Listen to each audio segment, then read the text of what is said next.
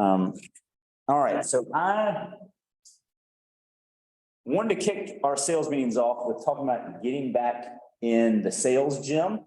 And I found this quote, it's anonymous. It says, the gap between knowing what you want and going after it is where fear thrives. You don't need enough courage for the entire journey. You only need courage for the next step. That's one thing that comes up in Atomic Habits is focusing on just the next step, not getting to the goal.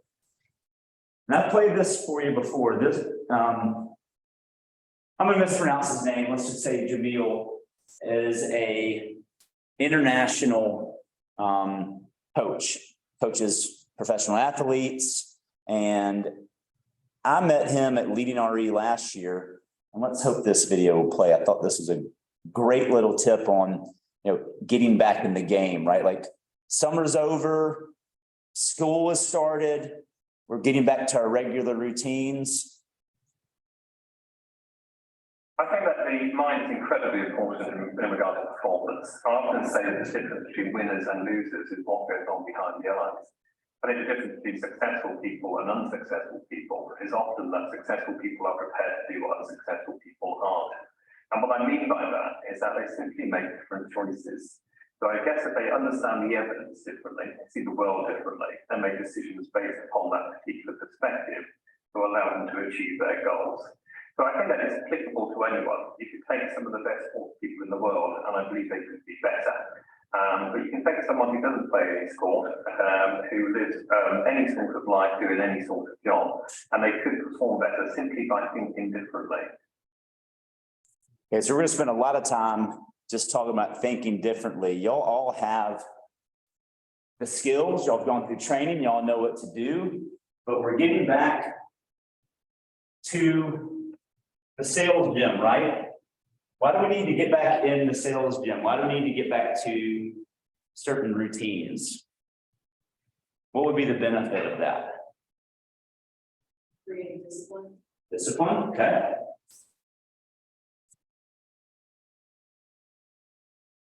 What else? Income. Generate income, right?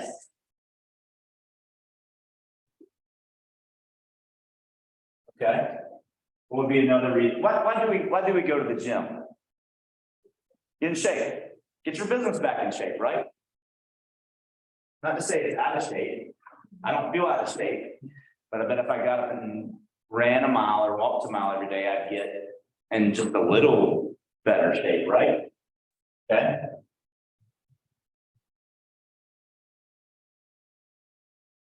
What else? Our routines, getting back in the sales gym. Yes. Yeah, the more you do something, the better you get at it. Become less anxious. That's pretty clear. Stress reducer. Reduce stress, or what could be a cause of stress? Fear, uncertainty, kind of eliminate fear. Don't know where's my next deal coming from. I don't know, I'm stressed out. All good answers. Also just to create certainty, right? Like this is what I'm going to do today. I'm going to go do this. I'm going to work on this.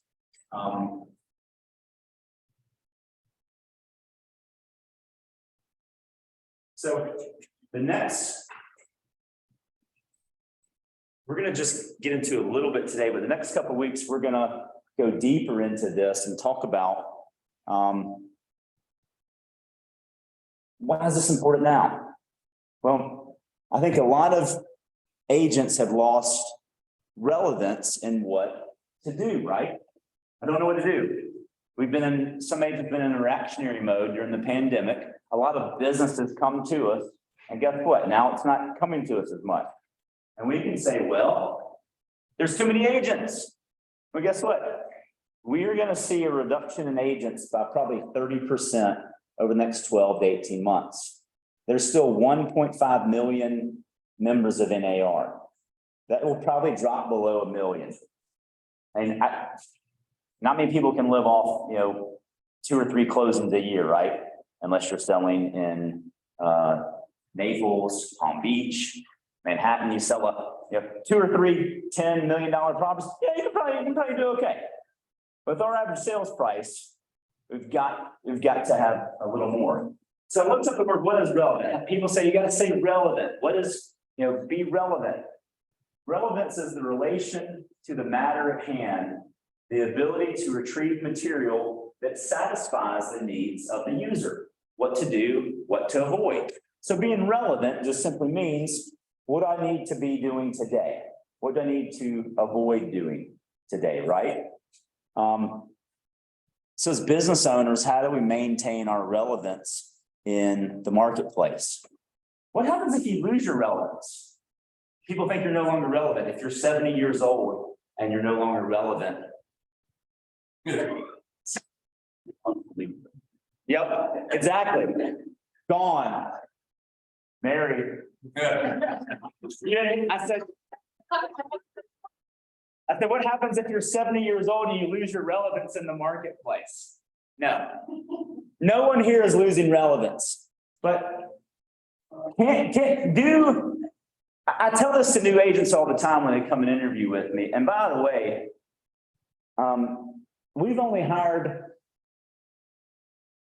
I'm probably not going to hire any more new agents the rest of the year. All the folks I've interviewed, one, they don't understand this. They don't have a database. They don't have any money. And I'd rather spend the majority of my time helping y'all maintain your relevance with your customer base, because y'all already know what to do and you've already done it. And we maybe just need to tweak a few things. And so what happened, I tell folks when I meet with them, hey, there's always room for new agents, because 80% of the agents don't follow up with their clients, right? Y'all have picked up some of those clients too. Some clients we do not want to maintain our relevance with, and I understand that as well. Because remember, relevance is about what to do and what to avoid. Some things we need to avoid.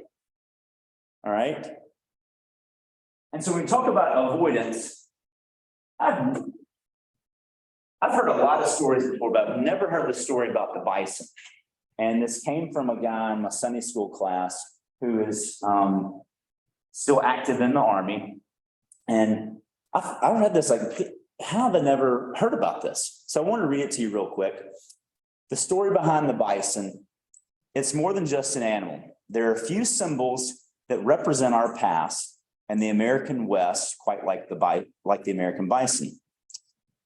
There's a story that we feel rings true for many of us, a story proven true, handed down from generation to generation, a grand narrative of cows, bison, and storms. The story centered around one of the most fascinating characteristics of the bison. It shows us how they react when a storm is coming. While cows are close relatives of bison, they huddle together. When they see a storm coming, they huddle together and they run away from the storm. The bison, and all of its strength and might, they actually turn and head into the storm. You know why they turn and head into the storm? Going directly into its path? You want to take a guess? You get through it faster, spend less time dealing with it, right? You know, when you run away from something, you run away from the sibling that's trying to attack you, harass you. That one moment you actually turn and face and sucker punch them in the chin, you ended that battle. Well, it created some more battles later. But the point is, turning and facing the storm, when you do that, it doesn't last as long as if you avoid it. And that's maintaining relevance. There may be some storms that we don't want to face. The bison had developed a habit. Y'all know how long the bison has been on this earth? Yeah, millions of years. There used to be 60 million bison in North America. Now there's less than maybe 2,000 or 3,000, and they only live in Yellowstone. So I just thought that was real interesting, that the bison faces the storm. They don't run, they don't avoid it, they don't hope it goes away. They take it head on, right? Now they're also really thick and furry and horns, and they're tough as nails. So they're built for that, right? but they're not facing as many storms as we are as agents or humans. And so, back up, how do they do this? You know, at some point, bison weren't just always born 60 million years ago and learned how to do this. Bison started developing habits, and then over time, it became instinctive, right? Like it's just in their DNA. That's what bison do. Well, at some point, they developed a habit. And before we can go deeper in that, I want to share with you what cognitive load theory is.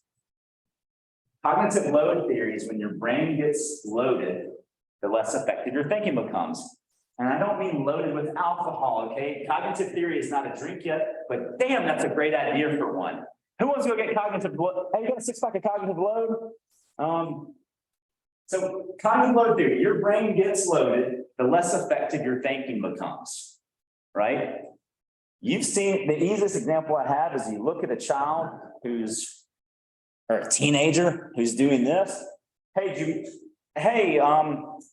Did you pass your test today? Good. Hey, what'd your friend say? Fine.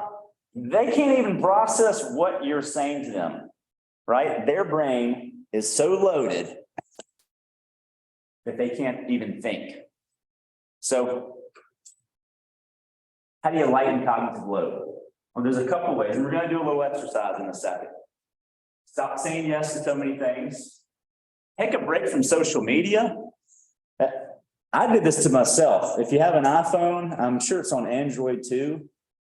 I set a time limit of an hour for all social media accounts. And boo, I get kind of nervous when the 5-minute warning shows, like, oh my gosh, I've been on social media for 55 minutes. No, it happens like that, right? It's designed to suck you in. So take a break. I promise you, if you take a couple of days off social media, people will not text and say, oh my gosh, are you okay? I haven't seen you posting. Where are you? What's going on? I'm worried. But you can take a break. Go on vacation. Turn your phone off. What should you start saying no to? Remember, going back to the definition of relevance. What should you do? What should you avoid? What should you start saying yes to? And if you're in book club, you know what this is from. Don't allow energy vampires on your bus. The energy bus, right? What's sucking your energy? What do you, like, man, this is just exhausting. I can't do this anymore. So this is what I want you to do. Does anybody have a sheet of paper? May need a sheet of paper?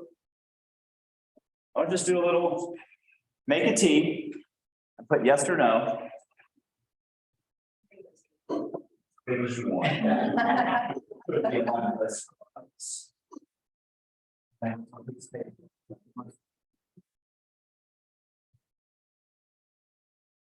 just write yes, no at the top.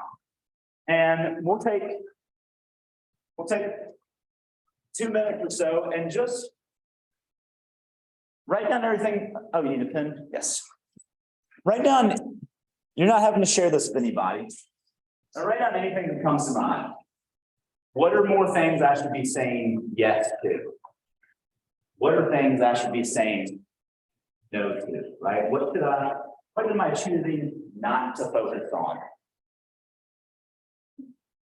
You can write down whatever you want. This list is for you, personally, professionally. I don't want to know what you're laughing at, because I have a couple thoughts in my mind I'm not going to share. But if you're serious and you want to start saying yes to some of those things, then maybe you need to start saying no to some other things, right? You can't do both. You can't say yes and not say no to some things, because there's just only a limited amount of time. You know, maybe it's you want to say no to a lot of stuff, right? I don't know.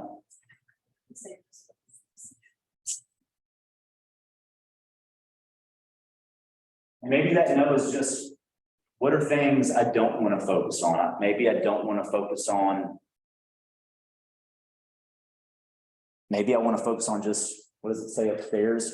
I'm too busy focusing on my grass to worry about yours. Maybe you want to not focus on other people's grass and how green it looks, because I promise you this, it's been artificially sprayed with something. No one's grass is that green all the freaking time. It's just not, right? It's just getting really hard to tell if it's a deep fake or not. You know, if it's been enhanced. Should I start saying yes, but just focusing on what I need to be doing to be successful?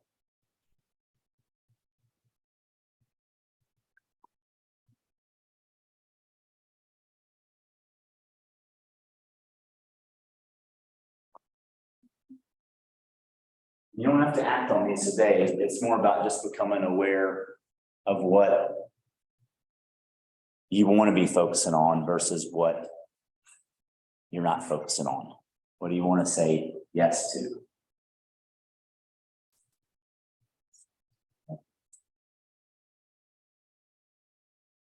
Do you want to start focusing on spending an hour on your business, spending an hour a day on yourself? What do you want to get back in the habit of doing?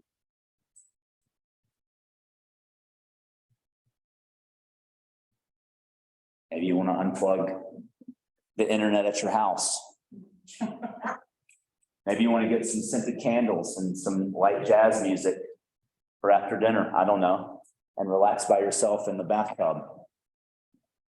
Maybe you want to get some salt scrub and have someone rub your feet at night and get them to start focusing on you. I don't know, whatever it is. Maybe you want to focus on communication. Maybe you want to focus on relationships. We were talking the other day, you know, relationships with your clients, with your friends, with your spouses or partners. You know, are you focusing enough time on that? Okay. So, wrapping up.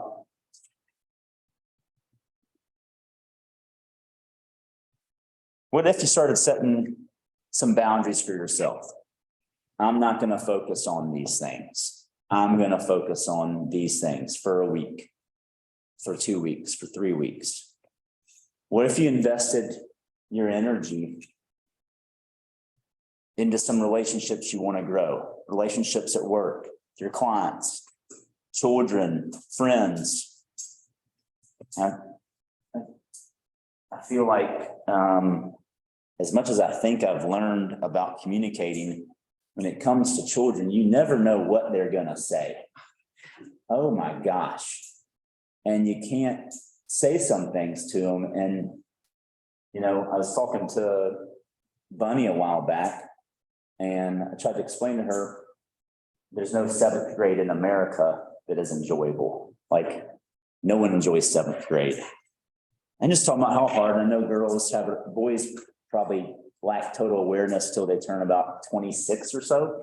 They're just totally unaware of anything. I know I was that way. I've just reached awareness at age 44. Glad I'm here now. But you're talking about how hard it is to reach out. And I know a lot of it has to do with distraction and attention, but I try to challenge her. I said, what if everyone is afraid of reaching out and no one takes a step forward to even start a conversation with each other? And someone's got to start. And what if that person was you?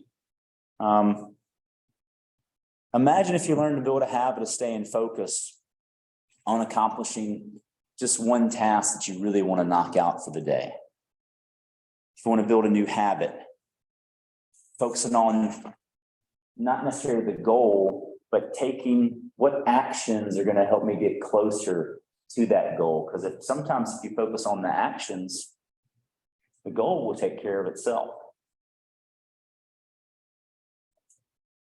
I can see all of you making incremental changes over the next couple of weeks. That's we always talk about is you don't have to make a big change, right? Just 1%.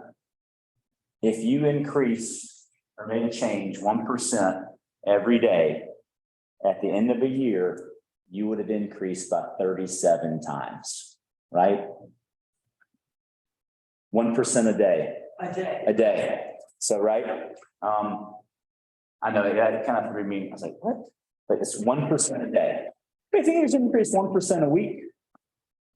Any increase is important, especially in our business. Y'all already have the talents and the skills to do this job. We just need to get back in the sales gym a little bit and decide what is, you know, what do we need to do now? What do we need to avoid? What do I need to do for my business? What do I need to be focusing on now versus not focusing on? Okay, I had a lot of distractions this summer too, and let me tell you what, one of the best summers I've ever had. Just fun. There was a lot of stuff to do. People were having a good time. Folks are traveling. But gosh, am I glad today is here, because I'm ready to get back in a regular routine and back to business and doing things that are going to help move us forward. So I'm glad y'all are here. We're going to spend the next couple of weeks talking about habits and just slowly working on this, because I know one sales meeting is not enough, but we're going to get into some of the atomic habit strategies and just things to help you focus on, you know, what should I be doing now for my business, for myself, in my own life, and what are things I need to avoid? And I don't want to preach on this too much, but I promise you, this is the culprit of like 80% of it. This is the biggest distraction. I mean, when you look at how TikTok, Snapchat, Instagram are designed, it is designed to suck you in. And it's a great place to be for a lot of our businesses, but it's not the only place you should be. There's other ways to maintain your relevance with your clients, with your database, that don't require that.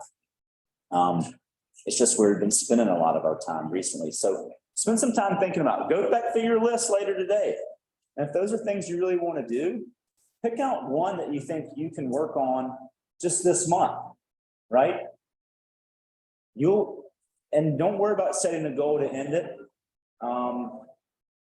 Focus on just trying to make one small change over the next 30 days. And that will translate into other changes and other changes.